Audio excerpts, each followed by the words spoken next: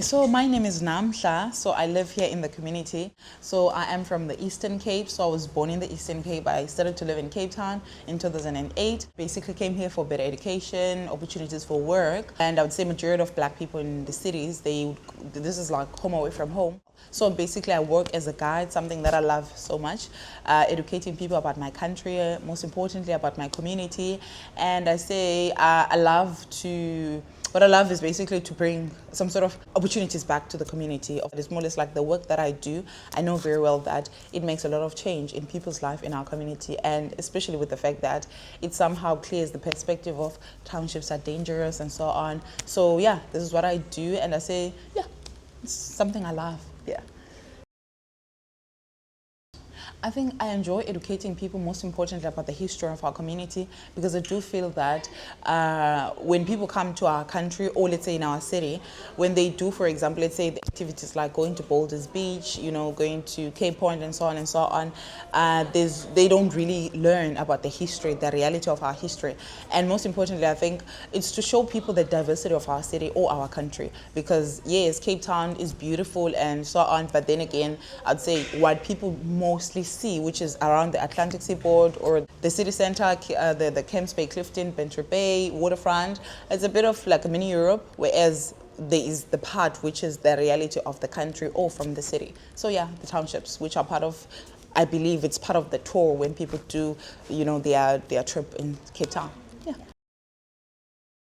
I think the ways that you can do it. So for example, let's say trying by all means to support local businesses, smaller businesses as well. And also when you get to communities, it's very important to, let's say, go with people that are usually from those kind of places, so that, for example, let's say you don't take pictures where people feel offended. Whereas, for example, as a guide, I'm able to guide you to say, yes, pictures are welcome, but for example, I always tell people that, please, let's ask before.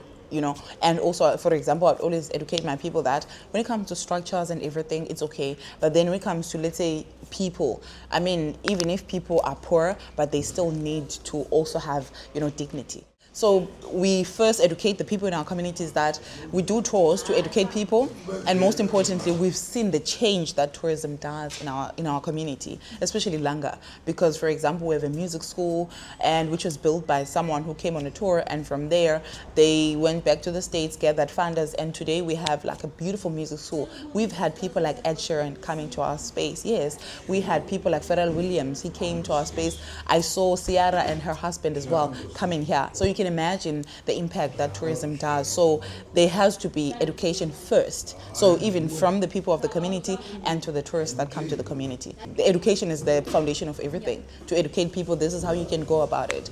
And I would say it's great to support small businesses. Yeah.